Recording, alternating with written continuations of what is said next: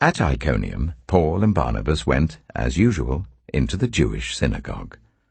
There they spoke so effectively that a great number of Jews and Greeks believed. But the Jews who refused to believe stirred up the other Gentiles and poisoned their minds against the brothers.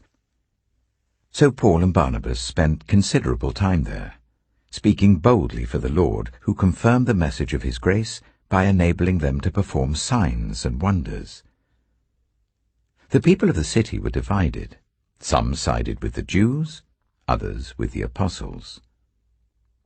There was a plot afoot among both Gentiles and Jews, together with their leaders, to ill-treat them and stone them.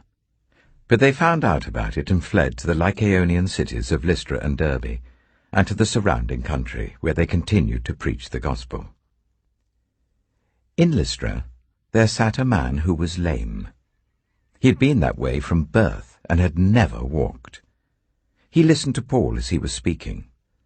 Paul looked directly at him, saw that he had faith to be healed, and called out, "Stand up on your feet."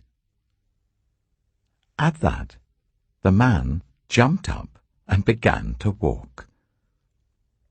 When the crowd saw what Paul had done, they shouted in the Iconium language, "The gods have come down to us in human form."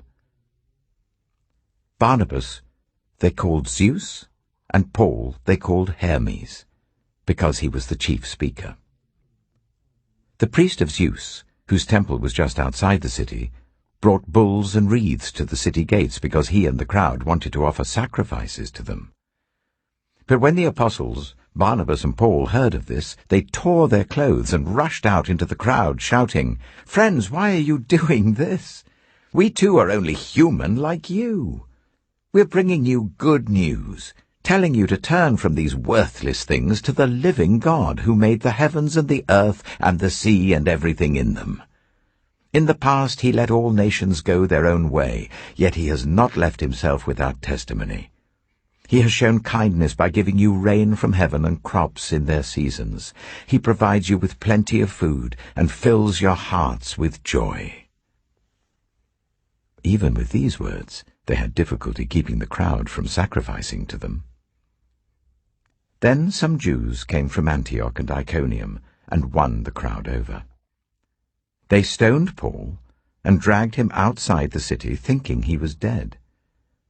But after the disciples had gathered round him, he got up and went back to the city. The next day he and Barnabas left for Derbe. They preached the gospel in that city and won a large number of disciples.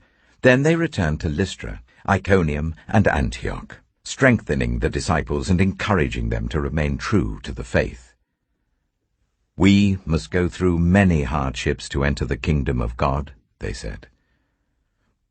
Paul and Barnabas appointed elders for them in each church, and with prayer and fasting committed them to the Lord in whom they had put their trust.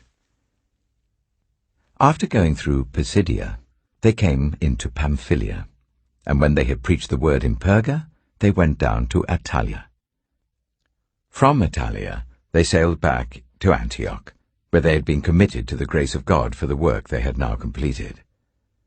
On arriving there, they gathered the church together and reported all that God had done through them and how he had opened a door of faith to the Gentiles.